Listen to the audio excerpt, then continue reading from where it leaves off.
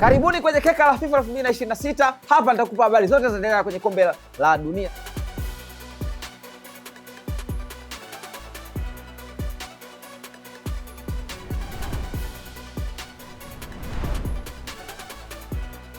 Habari ya kwanza nataka nikupe ni habari ya Lionel Messi na kukosa penati. Si mara ya kwanza Lionel Messi kukosa penati, ila kikubwa zaidi amevunja rekodi ya kukosa penati kwenye kombe la dunia. Ndio amekuwa mchezaji wa kwanza tangu kombe la dunia liumbwe kukosa penati nyingi zaidi.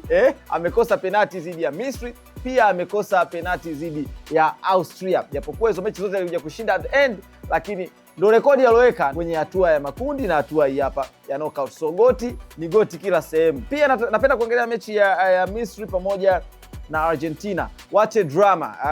Misri aliongoza 2-0, ila kuanzia dakika 75 na kuendelea mambo yakawa si mambo, zikarudi kila mtu akaanza, Messi akaanza kuweka Ballon d'Or zake uwanjani. Messi akatia kamba ya comeback, nadhani na Paredes pia aliingia wavuni kama sikosei. Mechi ilikuwa very tough.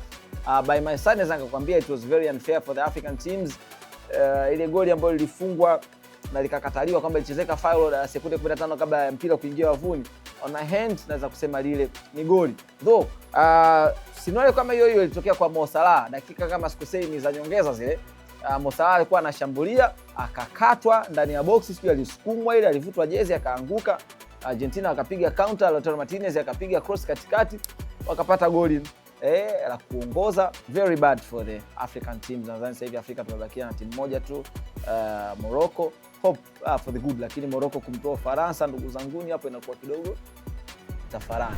Match recap nyingine ni mechi kati ya Uswizi na Colombia. Zaidi ya miaka 70 Uswizi hakuwahi kuvuka hatua hii ambayo kavuka sasa hivi. Hakuwahi kwenda robo finali zaidi ya miaka 70, lakini mechi ya jana dhidi ya Colombia bwana, what a game. Walitoka bila wakaenda 120 mpaka mapenati, wakashinda kwa mapenati. Nadhani goalkeeper wa Uswizi atakuwa ni goalkeeper to be remembered. Japokuwa naweza kusema safari ya Uswizi si ndefu sana, sina uhakika kama anaweza kumzuia Argentina kumuoa meno ya mbele. Nadhani Argentina mpaka hapa safari yake kufika finali ni nyepesi sana. Imagine ndakutana na Uswizi. Nadhani watu wote tuliomba Colombia qualify, kidogo Colombia anaweza kumchallenge Argentina. Sidhani kama Mswizi anaweza kumchallenge Argentina kwenye hiyo hatua ya robo finali, lakini what a game and what a history for Uswizi. Bwana, habari moja kubwa ya kuchekesha na kusikitisha na kufurahisha na kila hali ni habari ya Donald Trump dhidi ya Infantino, rais wa FIFA. Bwana, Donald Trump anadai kwamba alimpigia rais wa FIFA kumuomba red card waliopewa mchezaji wao wa Marekani ifutwe ili mchezaji wao aweze kucheza kwenye mechi yao dhidi ya Belgium, lakini hiyo sio habari. Na mchezaji wao kuruhusiwa kucheza na red card yake, bado walipigwa goli 4 na Ubelgiji. Mzee wangu Ubelgiji walikuwa serious sana dhidi ya Marekani siku ile. Of course tunajua Marekani ni timu nzuri, ilionyesha ushindani kwenye hatua za makundi mpaka hatua hiyo ya 32 bora, lakini walipokuja kwenye mambo serious wakakutana na timu serious. Na waza tu kitendo cha fanya Donald Trump angefanya rais wa Kiafrika, rais wa Malawi ndio angesema bwana, naomba mchezaji wangu wa Malawi, hivi ingekueje? Umeelewa? Sio kitu kizuri, lakini wenye nguvu tu mzee wangu ameonyesha nguvu yake. Nyinyi mmebakia na maneno, wamebakia na vitendo. Mechi highlight nyingine ni mechi dhidi ya Mexico na England. Bwana, Mexico kama kawaida yao, kwa sababu mechi inachezwa nyumbani kwao, basi wanafanya wanavyojiamlia. Unaambiwa walienda kupiga kelele, kupiga mabaruti, kupiga oni, kufanya party nje ya hoteli ambao wamefikia wachezaji wa England. Pamoja na hayo yote, haikutosha kuisimamisha England kusonga hatua ya robo finali. So tunapozungumza hapa sasa hivi Mexico wametolewa, Canada wametolewa, Marekani wametolewa. Yaani kwamba sasa hivi kombe la dunia halina mwenyeji. Wenyeji wote hawana tofauti na Congo, hawana tofauti na Senegal, hawana tofauti na Ivory Coast. Everybody is home right now. So I wish luck kwa England. Mimi mpaka sasa hivi wana timu yangu kusema kweli ilikuwa Portugal, na sitaki kuiongelea Portugal kabisa kwenye highlights zangu za leo. Kwa mpaka sasa hivi ni mhamiaji tu. Nimeomba makazi ya kujishikiza kwa Norway. Kwa nipo pale Norway, niko na mpaka siku ambapo watang'olewa meno ya mbele basi nitaangalia niende wapi nikajihifadhi, kati ya Ufaransa ama Morocco. Kuna sehemu nitaenda kujihifadhi. Bwana, watu wajisa kwa jina leo sijavaa jezi ya timu ya taifa lolote. Nimeamua kuwa neutral. Jamani, mimi ni shabiki wa Ronaldo. Ni ukweli ni shabiki wa Ronaldo, lakini kilichoendelea hapa katikati nimehamia uhamishoni kwa Messi. Kwa niko kwa Messi kwa wakati huu wa kipindi hiki cha mpito mpaka pale nitapohamia kwa Mbappe. Mechi ya leo nyingine enda kwenye mechi ya Hispania dhidi ya Ureno ambayo ilimalizika kwa 1-0 ambayo Ureno wameondolewa kwenye mashindano haya. As we speak right now, Ronaldo sidhani kama anaweza kuendelea kuchezea national team. Nadhani anasikilizia tu hii wave iondoke, asije kaonekana ameretire kwa hasira au kwa kituko and stuff, lakini I believe sidhani kama Ronaldo anaweza tena kuichezea national team. Goli la Moreno lilitosha kabisa kuiondosha Ureno kwenye mashindano haya ya kombe la dunia. Lakini sio habari. Habari ni kwamba wachezaji wa Arsenal wanazidi kuisaidia Hispania. Tunaona ni namna gani wachezaji wa Arsenal wanashiriki vipasavyo kwenye kombe hili la dunia. Kama ni shabiki wa Arsenal kama mimi, basi utakuwa ni shahidi. Unaona Bukayo Saka zidi anavyoisaidia England, utaona Declan Rice anavyoisaidia England. Yaani kwa kifupi, sidhani kama kuna hili kombe la dunia pasina kuwa na wachezaji wa Arsenal.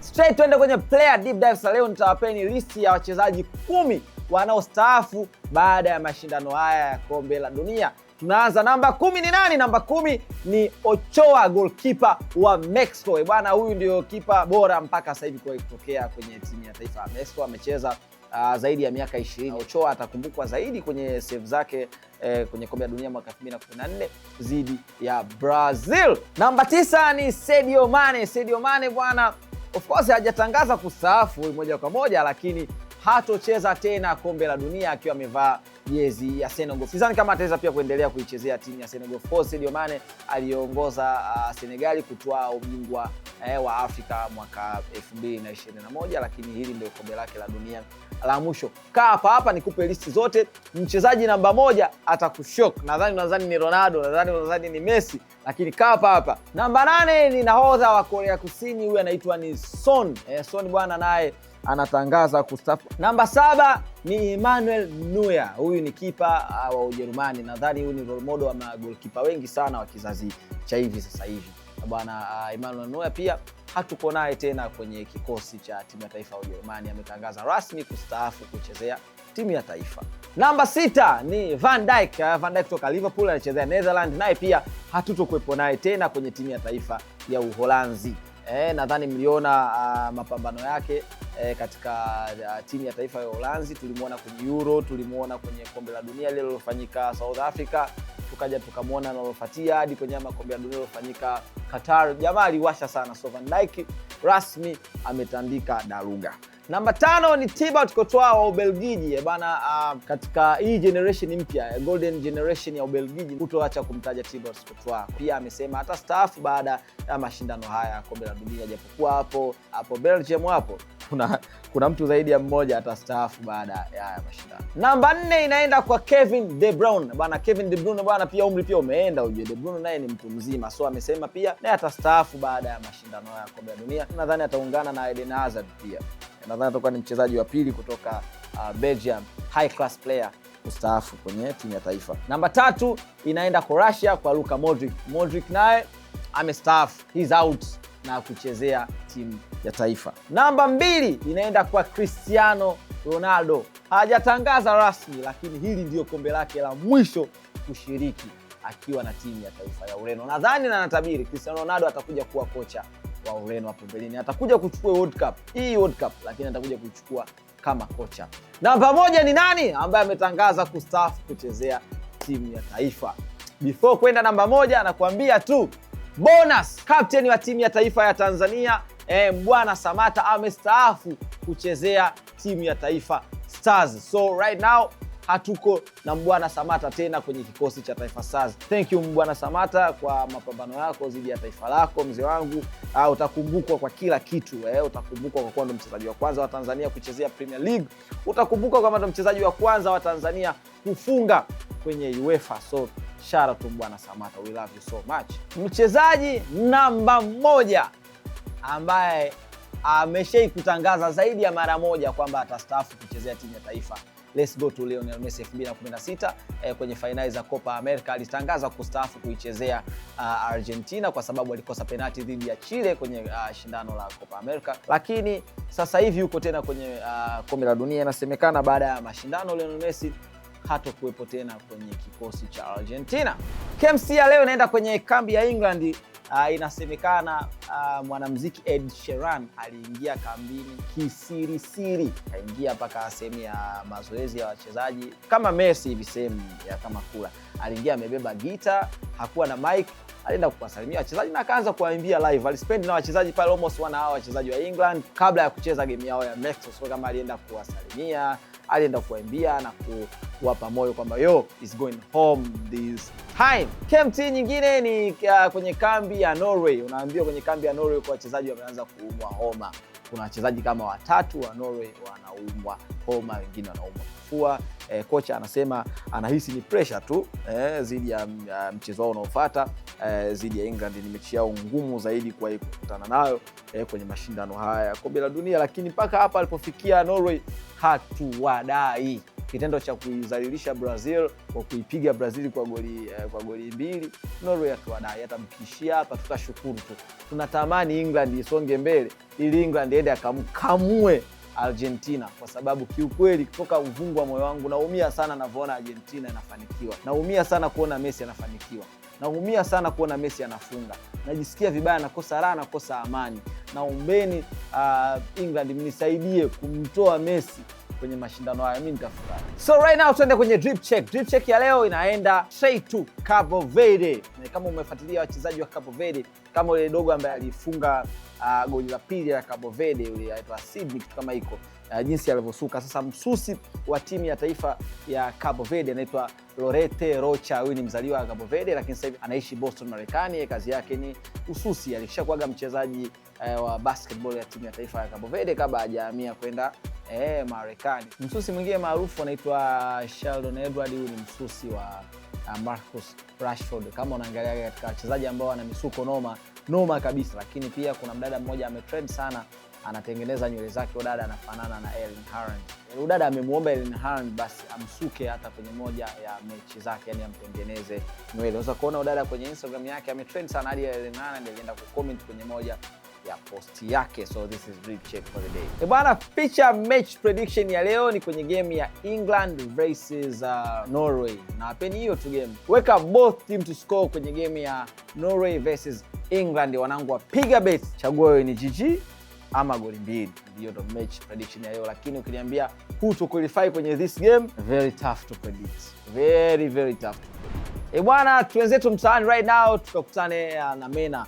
Bwana Mena, what's happening mtaani? Hakuna kabumbu bila mtaa. Keka la FIFA tuko mtaani na piga bet. Ni mwendo wa kumpiga mwindi, au so bana? Mtaa una cheche nyingi sana za kutema. Kwanza, safari ya Argentina kwenye hii michuano hii ya World Cup. Stories zimekuwa ni nyingi kwamba kuna mbeleko na vitu kama hizo. Wadau wanaongelea vipi kuhusiana na safari ya Argentina kwenye hii michuano ya World Cup 2026? Kabla tuende mbali, upendeleo mwanangu. Kule ni upendeleo dhahiri. Duniani kote kulikuwa kuna mahasimu wao wawili wa soka. Sasa hivi kabaki yupi? Kabaki mmoja ambaye tuna imani huyu mmoja aweze kufanya nini? Aweze kuendelea. Sasa yule ambaye hawezi kuendelea, sisi kashatuonesha kila kitu kwa juhudi zake mwenyewe kupambana. Ila huyu mwingine ambaye alibaki ana juhudi za FIFA. Ndio maana hata jana kuona jana ile 3-2 ya michongo ndugu yangu. Kulikuwa kuna penalty ya Salah pale imefutwa. Sasa mpaka pale Messi kufikia pale hakustahili, kwa sababu tayari Messi pale mpaka kufikia pale alikuwa tayari ana red card. Unakumbuka kwenye mechi gani? Ile ilikuwa ni nini? Mimi na wewe tu. Ile ni nini? Wakati Mo Salah anaingia kwenye penalty box. Yule beki alitangulia kugusa mpira kidogo. First touch. Kwa hiyo mpira ule kama umpotea Mo Salah ukamwingiza ukapita kama tobo kidogo. Kwa hiyo ikatokea kama mgusano, lakini jamaa alitangulia kugusa mpira. Mimi naona haikuwa foul, haikuwa penalty na wala hakika kwamba amependelea. Ilikuwa ni fair na kwa sababu yule ni mkubwa. Okay, iko hivi. Wale Argentina kwanza. Wewe ni watu wa mbele kwanza tokeo alikotoka. Kuanzia alipopangiwa kwenye makundi mpaka hatua ambazo wanapita. Kwa game ya Egypt ya jana, mbeleko zilikuwa nyingi. In short wamebebwa. Goli la ambalo likataliwa alifunga yule Zico huko wametafsiri kama faulu, si ndio? Goli ambalo wamefunga wao la 3, sawa? Matukio ni yale yanaendana. Salah ameguswa kwenye boksi, sawa? Wao wameenda wamescore kule, wameweka kati, hakuna VAR, hakuna nini. Ina maana ni mbeleko zinahusika. Wakiguswa wao faulu, wakiguswa Egypt no faulu, si ndio? Je, Morocco kuna namna yoyote anaweza akafurukuta kwa Mfaransa? Bwana, kulikuwa kuna Senegal walifanya kama jana walichofanya na nini Egypt. Sijajua timu zetu za Afrika zinakuaje. Kwa hiyo niseme hivi, kwa Morocco kama Morocco, wa Afrika wenzetu, wa Arabu wale, tutegemee chochote. Yaani niseme vipi? Kama mwana soka niseme tu tutegemee chochote. Nilitegemea kwamba yeye ataendelea, lakini pamoja na kukutana na France ni timu ngumu, lakini timu iliyopita Morocco alifika mpaka nusu. Kwa hiyo ningeshangaa, ningestajabu kama angetoka mapema. Kufika kwa final kwa yeye ilikuwa ni muendelezo. Kwa hiyo labda tu game ikiwa ni ngumu na kwa sababu na France pengine ni majaliwa kama chochote kinaweza katokea. Shughuli imeisha hapo. Ufaransa anacheza finali au wengine watafute tu kucheza na Ufaransa. Iko wazi kaka. Kwa Morocco tayari hao. Huyu atafute. Ni namna gani Morocco anaweza akafurukuta? Hakuna namna hapo.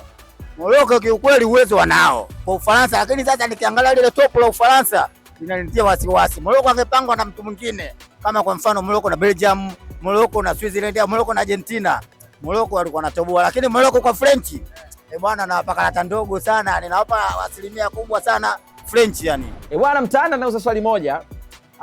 Nataka uniambie mchezaji gani ambaye anaongoza kukosa penalty nyingi zaidi kwenye kombe la dunia tangu lianzishwe? Leo Kanawat ana swali anauliza Mtaa. Leo Kanahu ndo anauliza swali Mtaa. Swali lake ni kwamba ni mchezaji gani anayeongoza kumiss penalties kwenye mashindano ya World Cup? Ni mchezaji gani ana historia ya kumiss penalties nyingi kuliko wachezaji wengine wote? Hili ni swali kutoka kwa Kanahu. Mtaa una majibu ya maswali yetu. Labda Thomas Muller. Ukiniambia World Cup hii nitakutajia. World Cup ni nani? Messi amemisi 2 tayari mpaka dakika hii. Sawa. World Cup kwa ujumla. Hapana. Waswali wengine ya kukupushana. Bet. Moja ni bet.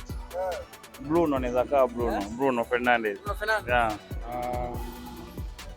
Ni Messi. Messi. Kuna penalty ambazo mimi naona amezikosa kwenye kombe la dunia. Mimi naona kama Messi mwenyewe.